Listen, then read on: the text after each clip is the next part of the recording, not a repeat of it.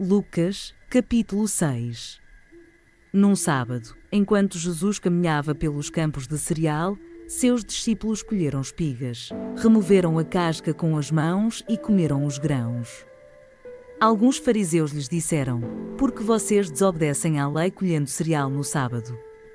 Jesus respondeu: "Vocês não leram nas Escrituras o que fez Davi quando ele e seus companheiros tiveram fome? Ele entrou na casa de Deus, comeu os pães sagrados que só os sacerdotes tinham permissão de comer e os deu também a seus companheiros. E acrescentou: o Filho do Homem é Senhor até mesmo do sábado." Em outro sábado, enquanto Jesus ensinava na sinagoga, estava ali um homem cuja mão direita era deformada. Os mestres da lei e os fariseus observavam Jesus atentamente. Se ele curasse aquele homem, eles o acusariam, pois era sábado. Jesus, porém, sabia o que planejavam e disse ao homem com a mão deformada: "Venha e fique aqui, diante de todos." E o homem foi à frente. Então Jesus lhes disse: "Tenho uma pergunta para vocês: o que a lei permite fazer no sábado? O bem ou o mal? Salvar uma vida ou destruí-la?" Depois, olhando para cada um ao redor, disse ao homem: "Estenda a mão." O homem estendeu a mão, e ela foi restaurada. Com isso, os inimigos de Jesus ficaram furiosos e começaram a discutir o que fazer contra ele. Certo dia, pouco depois, Jesus subiu a um monte para orar e passou a noite orando a Deus. Quando amanheceu, reuniu seus discípulos e escolheu 12 para serem apóstolos. Estes são seus nomes: Simão, a quem ele chamou Pedro; André, irmão de Pedro; Tiago, João, Filipe, Bartolomeu, Mateus, Tomé, Tiago, filho de Alfeu, Simão, apelidado de Zelote, Judas, filho de Tiago, Judas Iscariotes, que se tornou o traidor. Quando Jesus e os discípulos desceram do monte, pararam numa região plana e ampla. Havia ali muitos de seus seguidores e uma grande multidão vinda de todas as partes da Judeia, de Jerusalém e de lugares distantes ao norte, como o litoral de Tiro e Sidom. Tinham vindo para ouvi-lo e para ser curados de suas enfermidades, e os que eram atormentados por espíritos impuros eram curados. Todos procuravam tocar em Jesus, pois dele saía poder, e ele curava a todos.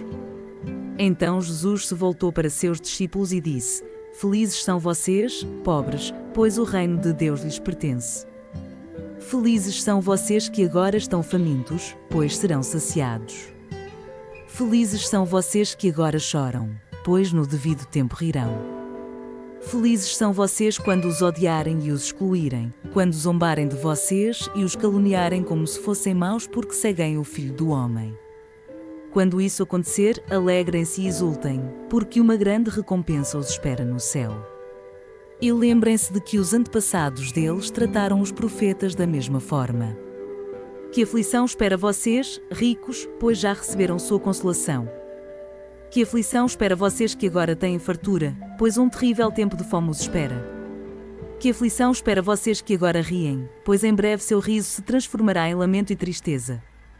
Que aflição espera vocês que são elogiados por todos, pois os antepassados deles também elogiaram falsos profetas.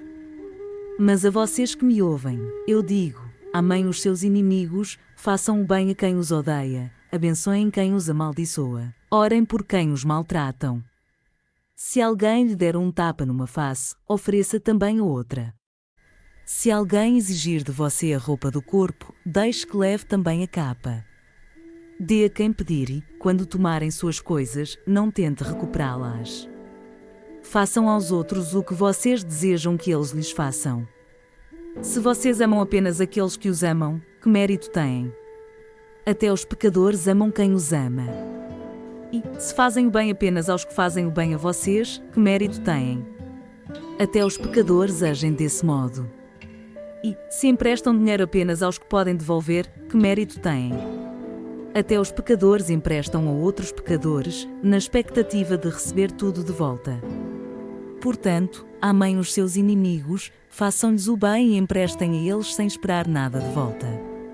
Então a recompensa que receberão do céu será grande e estarão agindo, de fato, como filhos do Altíssimo, pois Ele é bondoso até mesmo com os ingratos e perversos. Sejam misericordiosos, assim como seu Pai é misericordioso.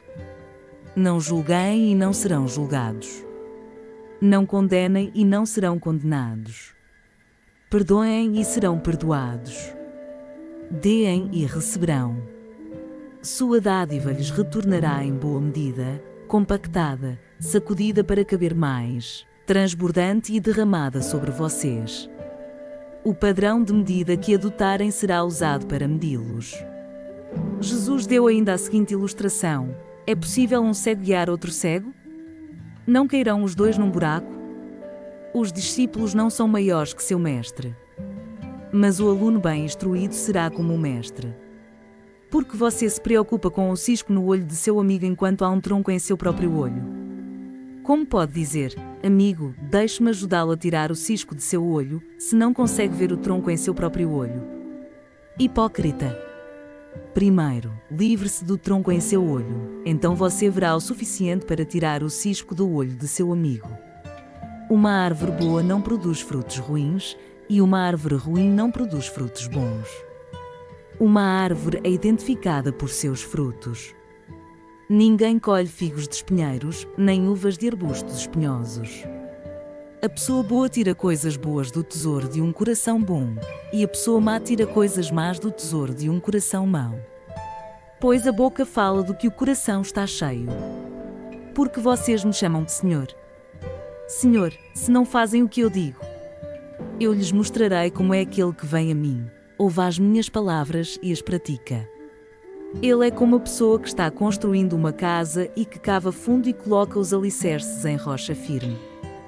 Quando a água das enchentes sobe e bate contra essa casa, ela permanece firme, pois foi bem construída. Mas quem ouve e não obedece é como a pessoa que constrói uma casa sobre o chão, sem alicerces. Quando a água bater nessa casa, ela cairá, deixando uma pilha de ruínas.